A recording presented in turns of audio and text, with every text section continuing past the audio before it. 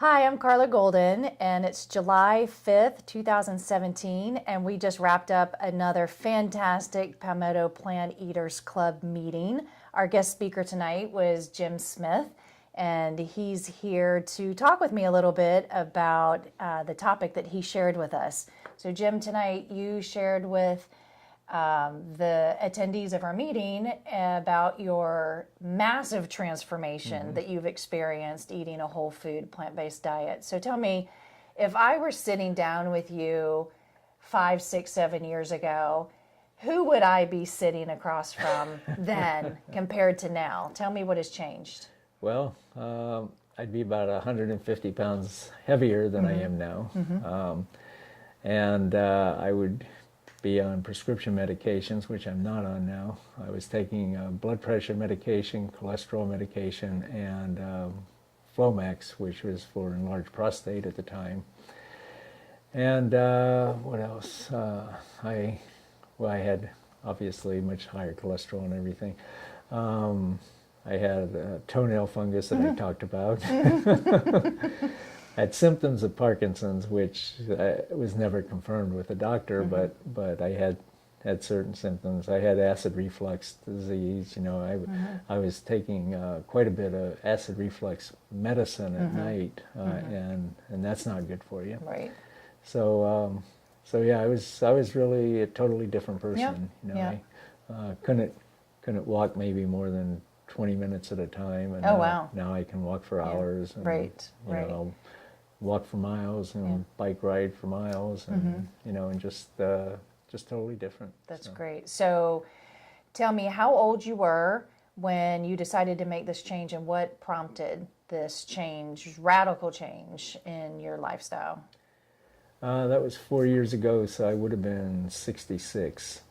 And what prompted it was my wife going in the hospital, and she had a brain tumor, and in going in the hospital and experiencing that over 3 months before she passed away, the hospital, everything that they did, every operation they did on her, made her worse, not better. And at the time, I think we were somewhat naive, because we thought that you go in, you get things taken care of, you're better, Right. and you come they out. make you better and let you go. Right, Yeah. right, exactly. And that's not at all what happened. What happened was she, well, to start with, they took the tumor out.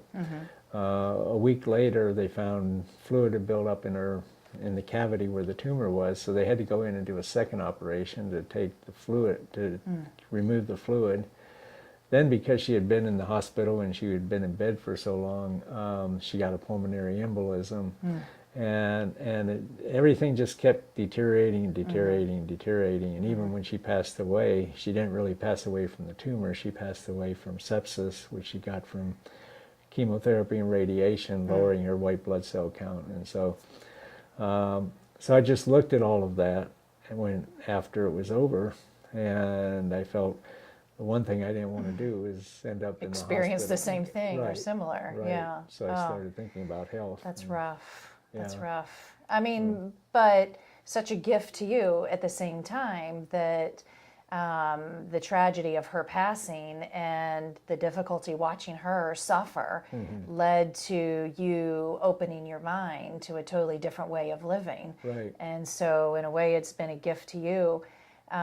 So how did you first even become aware of how you could live differently than you had been for 66 years? Had you ever heard of vegan eating or whole food plant-based or anything? No, I hadn't. As a matter of fact, my concept of healthy eating was low carb at the time, which I had learned from Dr. Atkins 15 years before.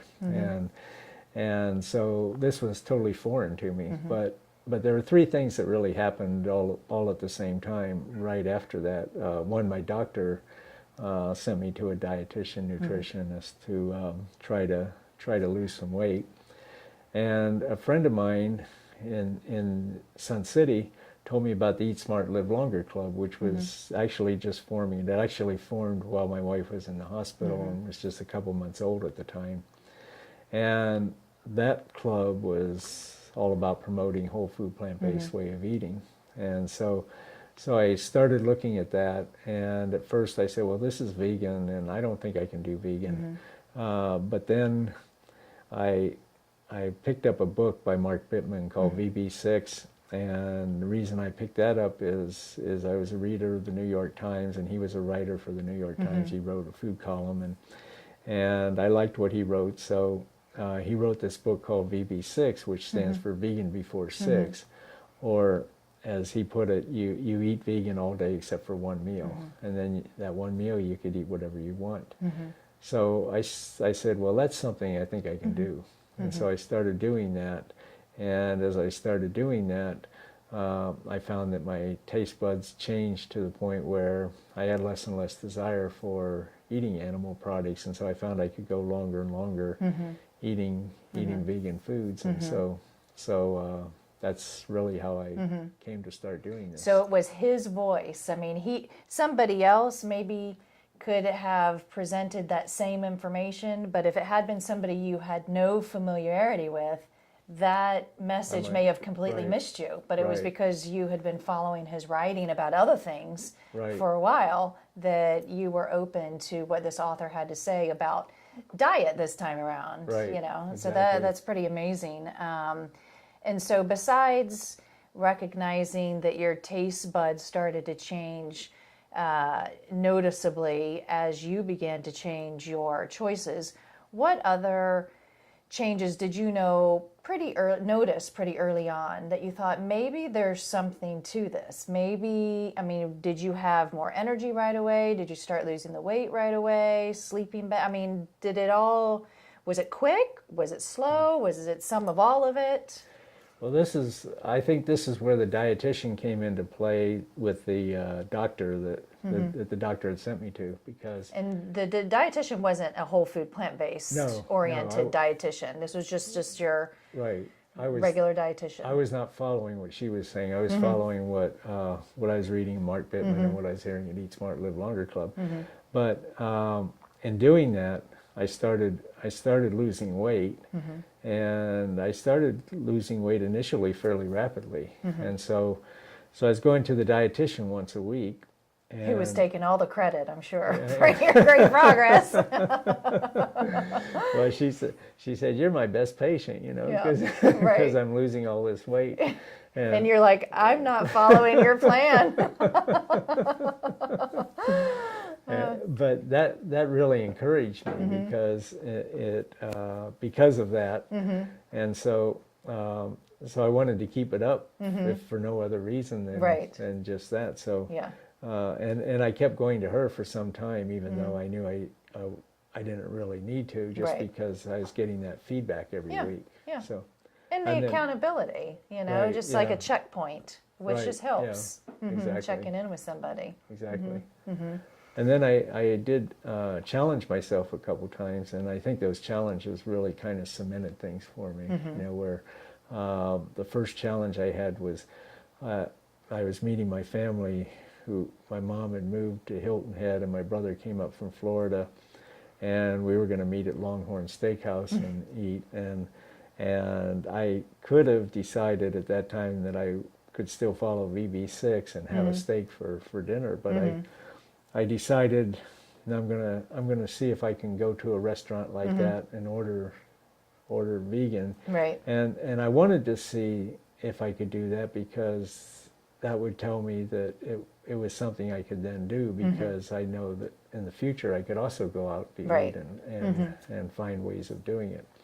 So I looked online, and I found what I could do. I planned to order rice pilaf and top it with a mushroom topping that's normally put on steak, and I got a side dish of asparagus and a salad, and I planned that out ahead of time. And I almost faltered when we got to the restaurant, because I got out of the parking lot, and I'm smelling the steak. And so I'm thinking, those old triggers. So I'm thinking maybe I won't do this, but then I got in there and I went ahead with it. What was it about your mind at that moment where you said, no, I'm going to try this new way? I mean, was it just wondering if you could do it, if you could pull it off, challenging you? That was the big thing, because I wasn't sure I could go totally vegan at that point. And one of the reasons I thought that, I mean, I felt I could do it at home. I mean, I had gotten off eating the bacon and eggs in the morning, and I was starting to eat oatmeal, and I felt it when I'm at home, I could do it. Right. But when I go out, and I go out to a restaurant like a steakhouse or something like that, it didn't really seem possible or feasible. So you had to prove it to yourself that it exactly. was. And that, that's an issue that a lot of people have when they're transitioning into this lifestyle. They can't fathom how they're going to navigate a restaurant. Right. And so they just sort of give in to the menu and like, well, I didn't have a choice. But you clearly showed if you do a little work ahead of time and look at the menu, and as long as the ingredients are there, you can sort of piecemeal a plant-based meal. It might not be the most beautiful, organic, low-fat, whatever, but you know that it's going to be a plant-based meal. Yeah. Right. So you challenged yourself and you rose to the challenge. Right. Yeah, that's awesome. That's awesome. And then I had a second challenge because I had started in October, so the holidays were coming up fairly quickly. And so, and normally during the holiday period, prior to my going whole food plant-based, I would gain about 10 pounds over the holiday period because which is typical, for a lot of people. Right.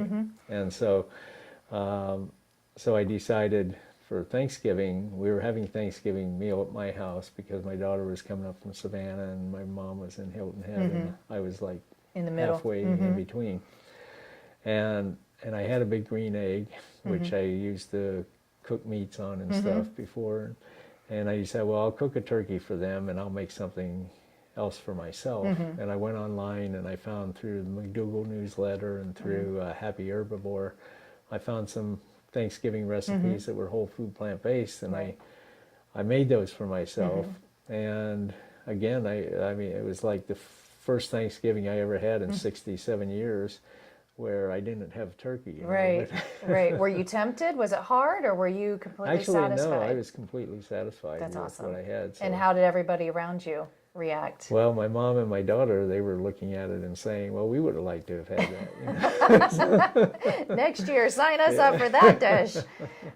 Which just goes to show, how important these resources are. And the resources are there, whether it's a restaurant menu online that you can look at ahead of time, or people can even call a restaurant to find out maybe ahead of time what vegan meal they could put together. I'm coming in at 7 with a group.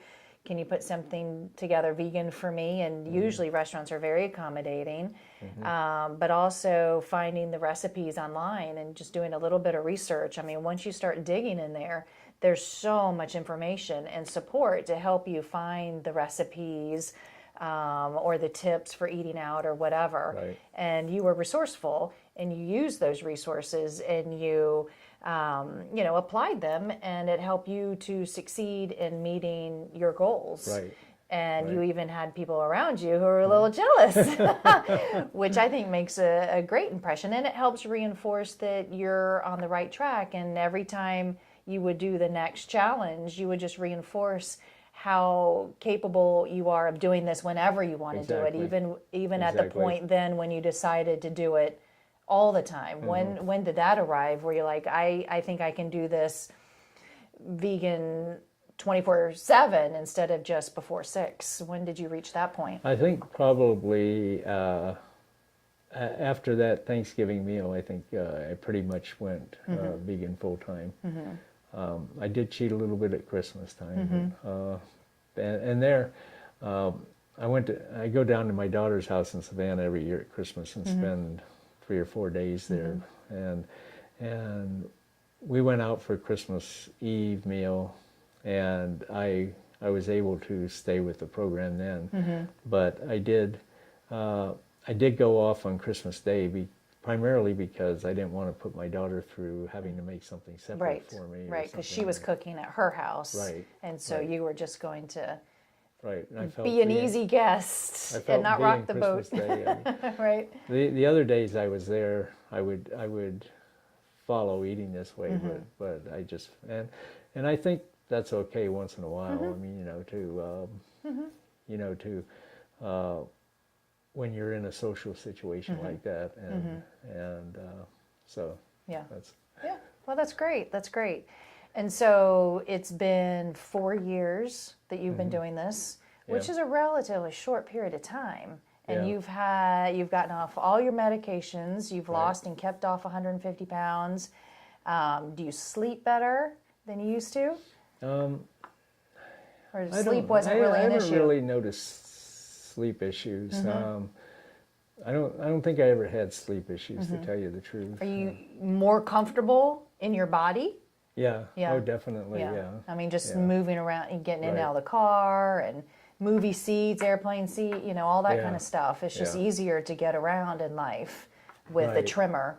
Right. Like Yeah. you mentioned, airplane seats. I mean, I hated to fly because I had gotten so big, that it'd be hard to fit Overflow into into the other and seats, they yeah. keep making the seats smaller and Yeah, smaller. So. pack more people in the plane. Right. Yeah, that's really tough. And as Americans are getting larger and larger, I mean, that's really a big problem. Yeah, I mean, no pun yeah. intended, but that is a big problem, Yeah. squeezing a lot of large people into an airplane. Right. That can be really uncomfortable for a lot of people. So now that you have what I would say mastered this lifestyle, I mean, you've done so much research, so much reading, you've attended so many conferences and met so many of the leading doctors in this field and researchers, you've been on the cruises, you've taken the classes, you've gotten the certifications. I would say that you've mastered this. What would you say to somebody? Well, first of all, what would your wife say to you if she could tell you something? Would she just be shocked to meet you now? I think she would. Yeah. Yeah. But I would think she'd be very proud of you that Yeah, you've made, especially as a widower, a bachelor who never really cooked for himself before, because she did the cooking, to look at what you have taken on. She'd probably be shocked to see how well you can get around the kitchen, right? Yeah, that oh, you know what definitely. all the gadgets are, and you've bought appliances, and Right. whether it's the Instant Pot or other countertop appliances, a blender or whatever. I think that she would be so impressed and so proud of you, for doing that. And then now that you are this far along in your path and you are a leader in this community and teaching other people and showing other people how this is done, if you met yourself 5 years ago, what would you have advised the 150-pound heavier Jim?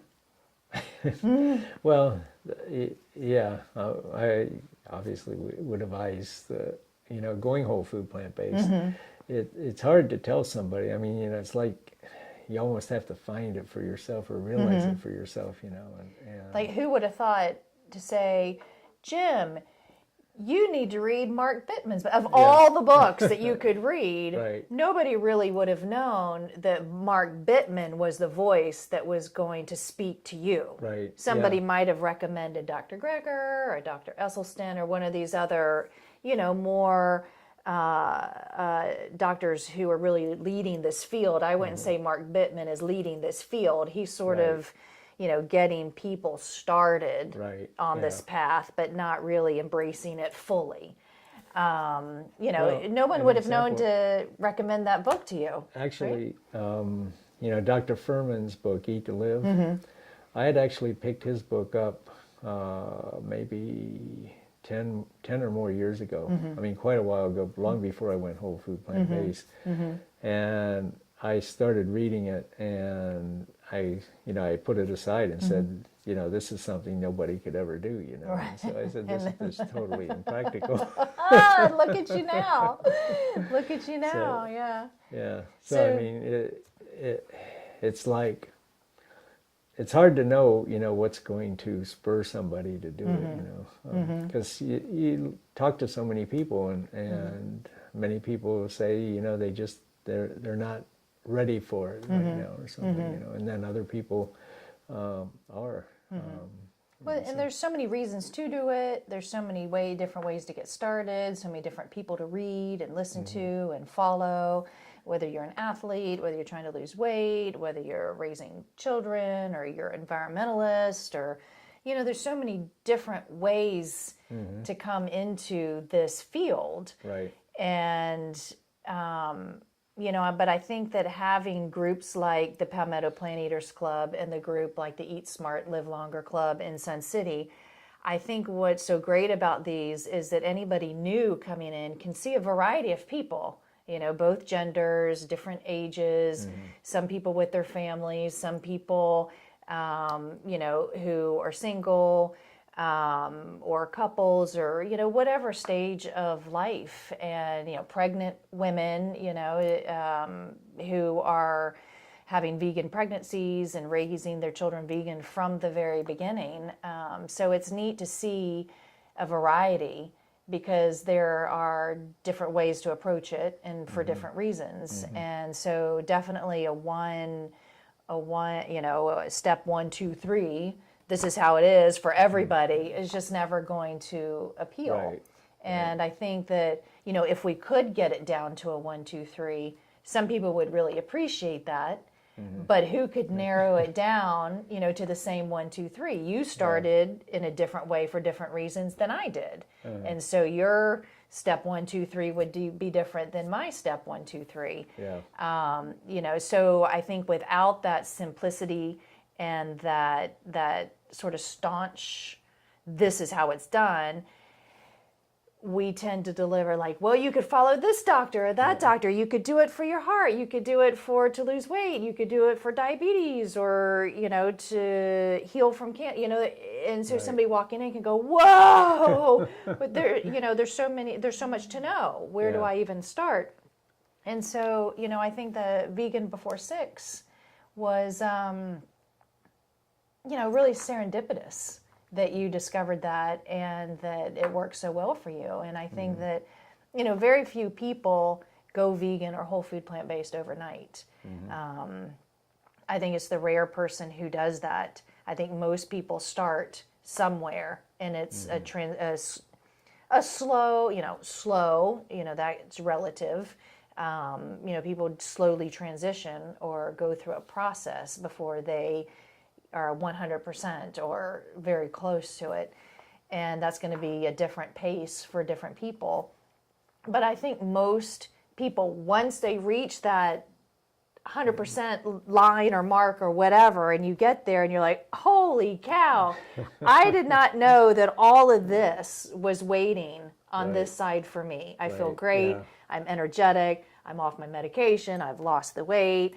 I'm stronger than ever. I can run faster than ever. I can lift more weight than ever. Whatever it is, or my mental clarity, my spiritual clarity. There's so much waiting that most of us, when we step over that, we're like, why did it take me so long? Why didn't I do this sooner? Right. But you can't convince somebody who's over here. Right. Yeah. Like if I had it to do all over again, I would do it overnight. But you can't convince that person over here to do it overnight because I think you have to go through, a lot of us have to go through this process of educating ourselves and healing ourselves and not going to the next step until we've mastered the step before. Right. And I think that as you have, you've just built upon your body of knowledge and you didn't move forward until you felt that was, something solid to move from. Like you didn't get too far ahead of yourself maybe you did. Maybe there were times where you got too far ahead of yourself and maybe it didn't work out so well and you had to go back a couple steps, and learn some new, did you experience that? Getting too overzealous and jumping too far ahead of yourself? No, I think I took it kind of slow, actually. I mean, it took me a while. There were two things about going whole food plant-based that I didn't adapt right away. I mean, one was eating fish. I mean, I continued to eat fish for a while, and I continued to use oil for a while too, and both for reasons that I thought were healthy at the time, and so. Well, there are large components to the Mediterranean diet. Right, right, exactly. And so So I had to kind of, I don't think I stepped out too far ahead of myself. I think I kind of, in some ways, dragged myself along, you know, as I went, you know. But Yeah. but the thing was, is I kept questioning and asking, like, why is it all the whole food plant-based doctors say, you know, that we shouldn't eat fish and we shouldn't eat oils, when you have the nutritionists and dietitians over here saying you should, and like you said, the Mediterranean diet, which is So is popular. always quoted as being the most healthy diet, you know, kind of thing, and it's saying to eat those things, and so I was always, I would always have these questions, and so I had to keep pursuing the knowledge in order to address those questions and answer them for myself. And then once I answered them for myself, then I was able to get off of the fish and get off of the oils. And but I had to satisfy myself first that There was reason to do that. there was reason to do it. I wasn't just following somebody because that's what they were saying to do, you know. Right, right. So, Well, that's great. Well, I appreciate you so much sharing your story with us. I know that you opened a lot of eyes and showed people the power of this way of eating and living. You know, just the fact that, you know, so many people say, oh, it's too late for me. You know, I'm too set in my ways. I can't change. And, you know, you defy all those excuses, you know, that it wasn't something you had to do. You were inspired to do it, and you figured out how to do it. And now you're inspiring others and helping others figure out how to do it. So I'm so thankful that you came to the Palmetto Plant Eaters Club and shared your story with us. So I really... Thank you for inviting me. Yeah. And yeah, I mean, that's part of what gives me a lot of satisfaction is when I see other people who've started doing this because of what I've brought up to them or the example that I've set for them. And I know that there's a number of people that have begun eating this way because of that. Yeah. So that gives me a lot of satisfaction. You are living proof. You carry a picture of your old self in your pocket, so you could just go before, after, because that is so convincing, Yeah, you know, to have that sharp contrast. And I think that would probably be my approach if I had that story. I would just be so proud of myself. I mean, I would just feel so free and liberated, you know, from an old lifestyle that you knew wasn't going to take you to good places. And now you're free to enjoy your grandchildren and your daughter and her family and your bike and the nature trails. And you would have missed out on so much. Not having this freedom and this energy and this health. So thank you and congratulations. I'm so proud of you. I'm so honored to know you. You've been a great friend, and we've had good conversations about food and other things. Oh, yeah. So I look forward to much, much more as we help build this movement and build the community around these ideas. So thank you. Well, thank you. Thank you for inviting me to speak, and Awesome. thank you. Awesome. Thank you for being my friend. Yeah, you're welcome. Thank you. So see, you make great friends just by changing the way you eat also. So this has been another episode of the Palmetto Plant Eaters Club. You can learn more about us at palmettoplanteaters.com. You can access our newsletter and our calendar, our Facebook group. We are here to help educate you and help you find the resources you need and to support you as you are making changes in your life and to congratulate you when things go really, really well and you're feeling so much better. So we look forward to seeing you. We meet once a month on the first Wednesday of each month at 6:30 p.m. at the Unitarian Universalist Congregation of the Low Country building, and it's free and open to the public. So we look forward to having you with us. Thank you.